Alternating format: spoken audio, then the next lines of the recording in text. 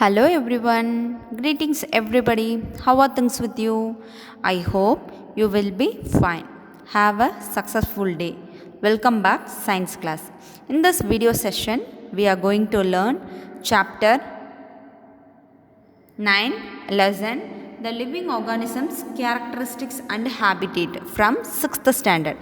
Okay students, before we start our lesson, first we will recollect what we have learnt about this topic. இந்த topic பற்றி இதுக்கு முன்னாடி நம்ம என்னென்ன பார்த்துருக்கோம் அப்படின்னு பார்ப்போம். ஓகேங்களா? ஸோ லிவிங் ஆர்கானிசம்ஸ் எங்கெங்கே இருக்குது அப்படின்றத பார்த்தோம். Organisms and the surroundings where they live. Organisms அந்த இருப்பிடங்களில் எங்கெங்கே இருக்குது, எந்தெந்த இருப்பிடங்கள் எந்தெந்த விதமாக இருக்குது, அது எங்கெங்கே லிவ் பண்ணுது, அனிமல்ஸ் எப்படி தன்னை அடாப்ட் பண்ணிக்குது அப்படின்னு பார்த்தோம். Habitat and adaptation.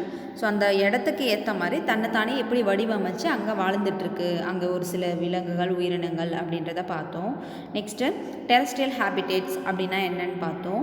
அடுத்தது aquatic habitat, biotic components, abiotic components. So அது வரைக்கும் கம்ப்ளீட் பண்ணோம். ஜெர்மினேஷன் பார்த்தோம். Next some terrestrial habitat. ஓகேங்களா? ஸோ ஹேபிடேட்டில் டிஃப்ரெண்ட் டைப்ஸ் ஆஃப் ஹேபிடேட் பார்த்தோம். அதில் சம் டெரஸ்ட்ரியல் ஹேபிடேட்டில் desert, another one mountain, next மவுண்டைனுக்கு அப்புறம் நம்ம கிராஸ்லேண்ட் பார்த்தோம். ஓகேங்களா? கிராஸ்லேண்ட் ஃபுல்லாக பார்த்தாச்சோ. அடுத்தது சம் அக்வாட்டிக் ஹேபிடேட், அதில் பார்த்திங்கன்னா ஓஷன்ஸ் பார்த்தோம். Next ponds and lakes. So இது வரைக்கும் கம்ப்ளீட் பண்ணோம். Next characteristics of organisms. ஆர்கானிசம்னா என்ன, அதுக்கு ஒரு சில கேரக்டரிஸ்டிக்ஸ் இருக்கும். ஸோ அதை பற்றி பார்த்தோம். ஓகேங்களா? ஸோ அது என்னென்ன அப்படின்னு பார்த்தீங்கன்னா, நார்மலாகவே எல்லா அனிமல்ஸும் வந்து இன்டேக் எடுத்துக்குது, அதாவது ஃபுட் எடுத்துக்குது. ஓகேங்களா? So injection, another one digestion, assimilation, absorption, another one reproduction and egestion. Okay, so இந்த 6 வந்து கம்பல்சரியாக எல்லா அனிமல்ஸ் அண்டு ஹியூமன் பீயிங்ஸ் எல்லாத்துக்குமே இருக்கும். லிவிங் திங்ஸ்னால் என்னென்னு பார்த்தோம், நான் லிவிங் திங்ஸ்னால் அப்படின்னா என்னென்னு பார்த்தோம். ஓகேங்களா? ஸோ நார்மலாக ஒரு அனிமல் வந்து லிவிங்கில் இருக்குது அப்படின்றத நம்ம எப்படி தெரிஞ்சுக்கலாம்னா, அந்த அனிமல் ஃபுட் எடுத்துக்கும். ஓகேங்களா? எந்தெந்த அனிமல் ஆகட்டும் இல்லை ஆர்கானிசம்ஸ் எதாக இருந்தாலும் சரி, ஒன்று வந்து லிவிங்கில் இருக்குது, ஒரு ஆர்கானிசம் லிவிங்கில் இருக்குது அப்படின்னா அது வந்து டெய்லியும் டே டு டே லைஃப்க்கு அதுக்கு தேவையான ஃபுட்டை எடுத்துக்கும். ஓகேங்களா? அடுத்தது க்ரோவிங் அப் இருக்கும். ஸோ அது வளருது, அதோட வளர்ச்சிதை மாற்றங்கள் எல்லாமே தெரியும். another one respire. ஓகேங்களா? ஸோ அந்த ஒரு அனிமல் ஆகட்டும் இல்லை வந்து பிளான்ட் லிவிங்கில் இருக்க ஆர்கானிசம்ஸ் எல்லாமே வந்து கன்ஃபார்ம் வந்து ரெஸ்பயர் பண்ணும், அதாவது சுவாசித்தல் நிகழ்ச்சி வந்து உண்டு பண்ணிட்டு தான் இருக்குது. ஓகேங்களா? ஓகே, ஸோ இதில் இந்த பார்ட்டிலே, அதாவது டூ ஆல் ஆர்கானிசம் ரெஸ்பயர், அதுலேயே இன்னும் கொஞ்சம் இருக்குது. ஸோ அந்த கொஞ்சம் டாப்பிக்கும் கம்ப்ளீட் பண்ணிடலாம். Okay, now I will start a lesson. Respiration is necessary for all living organisms. ஓகேங்களா? ஸோ ரெஸ்பிரேஷன் அப்படின்றது ரொம்ப ரொம்ப ரொம்ப ரொம்ப இம்பார்ட்டண்டான ஒன்றா இருக்குது எல்லா living ஆர்கானிசம்ஸ்க்கும்.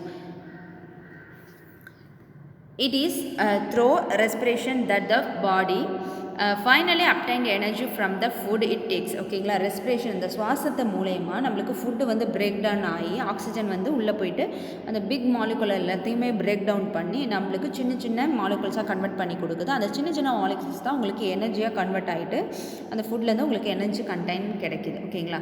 Some animals may have different mechanisms for the exchange of gases which is a part of the respiration process. So ஒரு சில அனிமல்ஸ்க்கு பார்த்திங்கன்னா கேஸஸ் வந்து எக்ஸ்சேஞ்சஸ் நடந்துகிட்ருக்கு. ஏன்னா வந்து இன்ஹேல் எக்ஸேல் இந்த மெக்கானிசம்ஸ் வந்து முக்கால்வாசி எல்லா அனிமல்ஸுக்கும் போயிட்டுருக்கும். இந்த ரெஸ்பிரேஷனில் அது ஒரு part. Okay, for example earthworm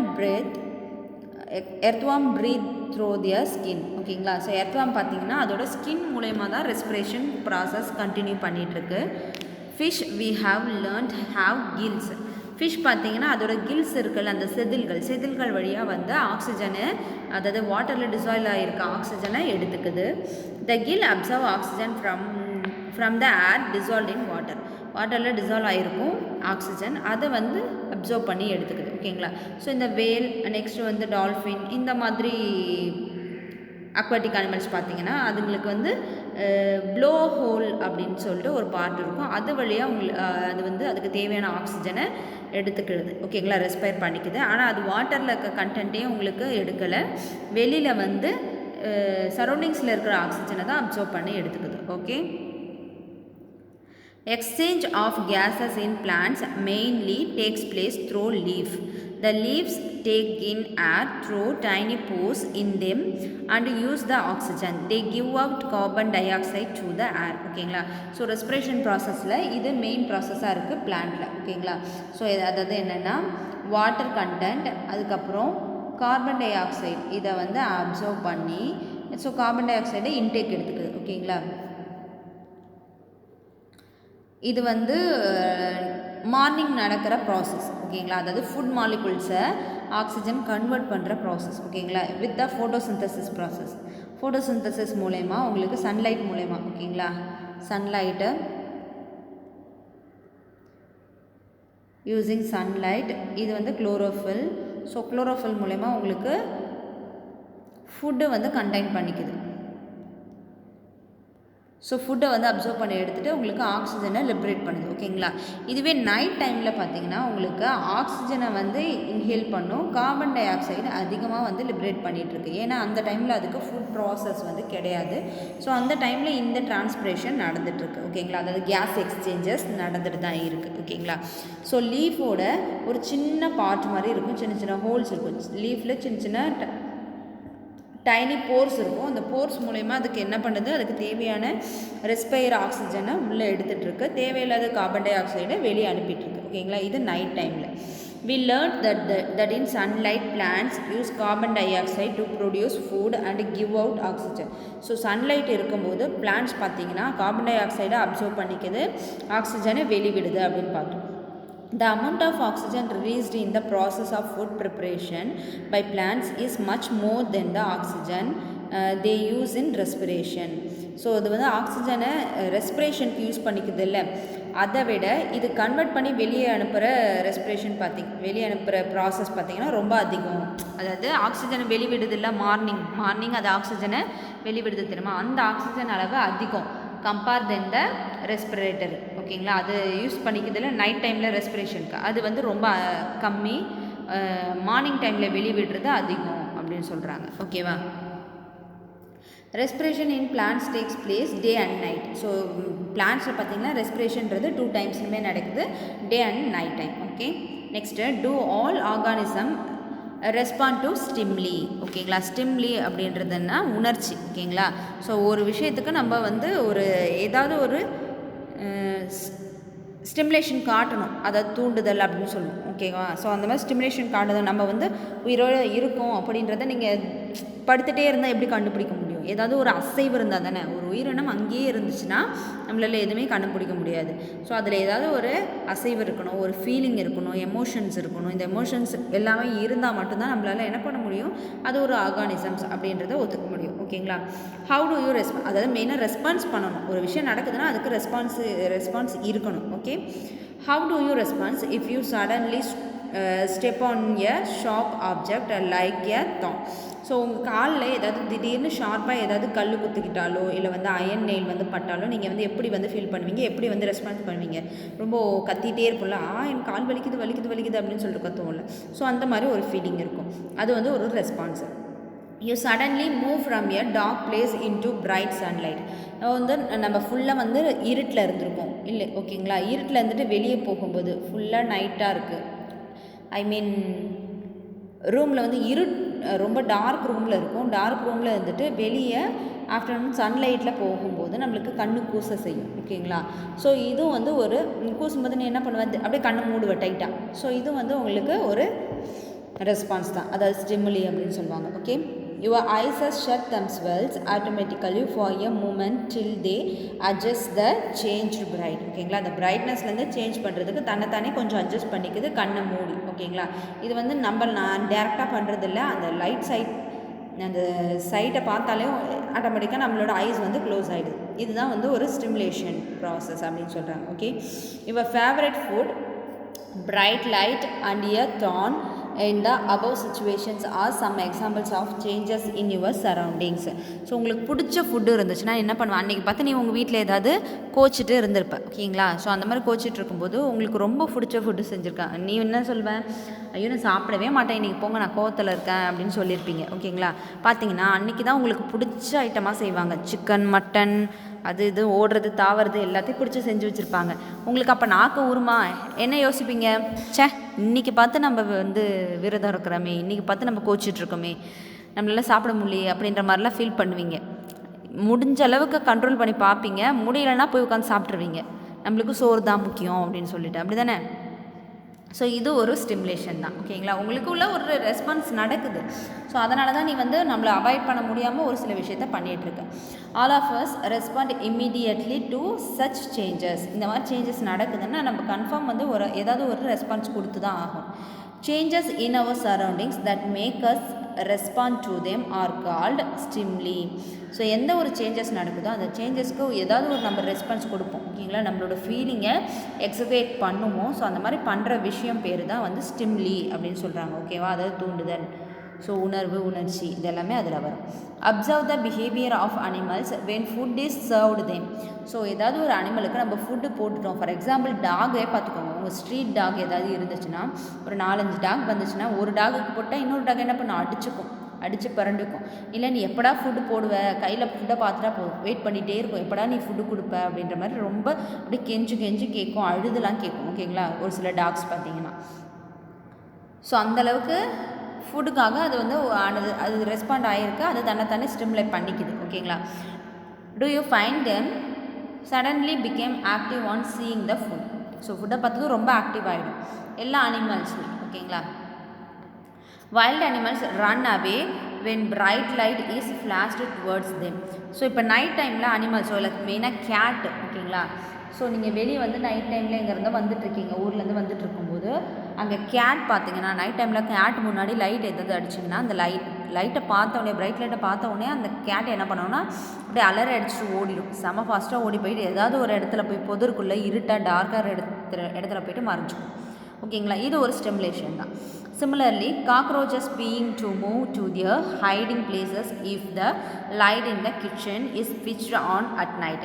so night time நீங்கள் ரெஸ்ட் ரூம் போகிற இடத்துல என்ன பண்ணுவீங்க? ஒரு லைட்டை வந்து ஆன் பண்ணிட்டீங்க அப்படின்னா அங்கே இருக்கிற சுண்டெலி, எந்த எலியாக இருந்தாலும் சரி, எலி, கற்பாம்பூச்சி, இந்த மாதிரி எந்த பூச்சிங்களாக இருந்தாலும் சரி, அந்த லைட் பார்த்தோன்னே ஐயோ லைட் வெளிச்சம் வந்துருச்சு அப்படின்ட்டு எங்கே பார்த்தாலும் ஓடி போய் மறைஞ்சிக்கிறதுக்கு பார்க்குது. ஓகேங்களா? ஸோ இது எல்லாமே ஒரு ஸ்டிமுலேஷன் தான். Flowers of some plants bloom only at night. ஒரு சில பிளான்ஸ் பார்த்திங்கன்னா நைட் மட்டும்தான் பூத்துட்ருக்கு. In some plants flowers close after sunset. So evening ஆச்சுன்னா ஒரு சில ஃப்ளார்ஸ் பார்த்திங்கன்னா க்ளோஸ் ஆகிடும். In some plants like mimosa commonly known as touch me not. ஓகேங்களா? ஸோ ஒரு சில பிளான்ஸ் பார்த்திங்கன்னா தொட்ட உடனே அப்படியே சுருங்கிக்கும். ஓகேங்களா? தொட்டால் சினிங்கி அப்படின்னு சொல்லுவோம். ஸோ அதோட நேம் வந்து மிமோசா, அதாவது டச் மீ நாட். எனக்கு தொட்ட உடனே அது என்ன பண்ணும்? அப்படி சுருங்கிடும். ஸோ அதை தொடவே கூடாது அந்த மாதிரி plants. So that is mimosa plant. ஓகேங்களா? Leaves close or fold when someone touch them. ஓகேங்களா? யாராவது தொட்டவுடனே அது என்ன ஆகுது? க்ளோஸ் பண்ணிக்குது. There are some examples of responses of plant towards changes in their surrounding. ஒரு சில சேஞ்சஸ் நடக்குது அப்படின்னா அந்த ஒரு சரௌண்டிங்ஸில் ஒரு சில ரெஸ்பான்ஸ் ஒவ்வொரு பிளான்ட்டு, அனிமல்ஸ் எல்லாமே கொடுத்துட்டு தான் இருக்குது. Okay? So next another one.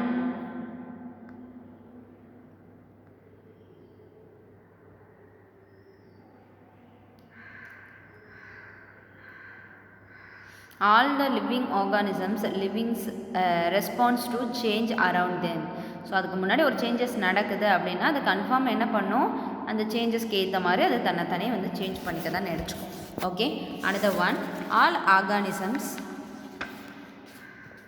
All organisms need food.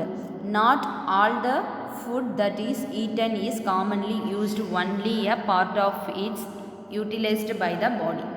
So எல்லா ஒரு அனிமல்ஸ் எல்லாத்துக்குமே வந்து எல்லா ஃபுட்டுமே தேவை. ஓகேங்களா? அது உள்ளே எடுத்துக்கிற ஃபுட் எல்லாத்தையுமே கம்ப்ளீட்டாக வந்து அது யூட்டிலைஸ் பண்ணி என்ன பண்ணல? ஒரு எனர்ஜி பாராக கன்வெர்ட் பண்ணி கொடுத்துக்கல. ஓகேங்களா? அந்த போக மீதி சக்கை இருக்குல்ல, அது எல்லாத்தையுமே கன்ஃபார்ம் வந்து வேஸ்டானது தான். அந்த வேஸ்ட்டை வந்து ரிமூவ் பண்ணுறது தான் வந்து எக்ஸ்க்ரீஷன். ஓகேங்களா? எல்லா அனிமல்ஸுக்குமே இந்த எக்ஸ்க்ரீஷன், அந்த வேஸ்ட் ப்ராடக்ட் வெளியே வருது, எக்ஸ்க்ரீஷன். இது எல்லா அனிமல்ஸுக்குமே நடக்கிற ஒரு விஷயம்.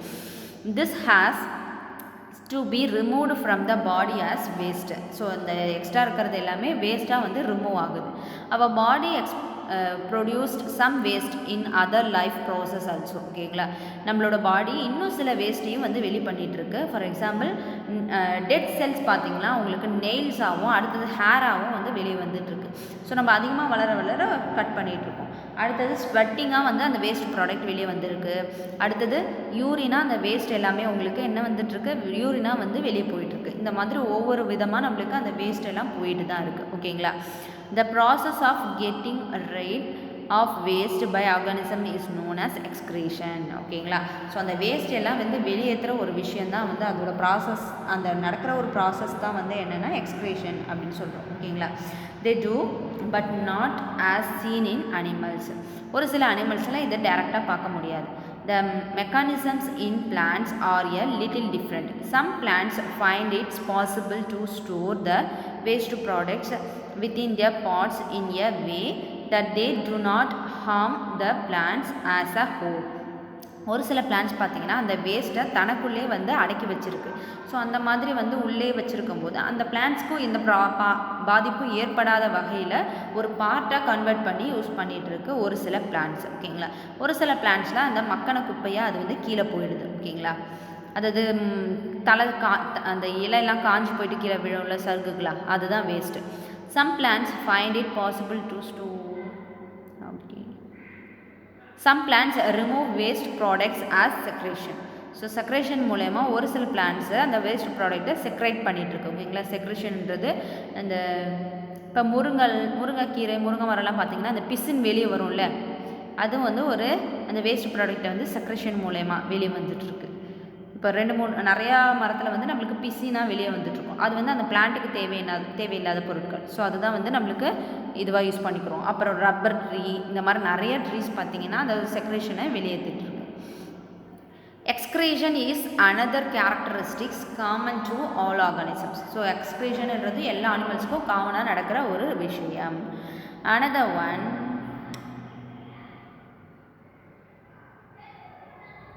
do all organism reproduce the own kind? ரீப்ரொடக்ஷன்ன்றது ஒரு புது உயிரை உருவாக்குறது தான் ரீப்ரொடக்ஷன்.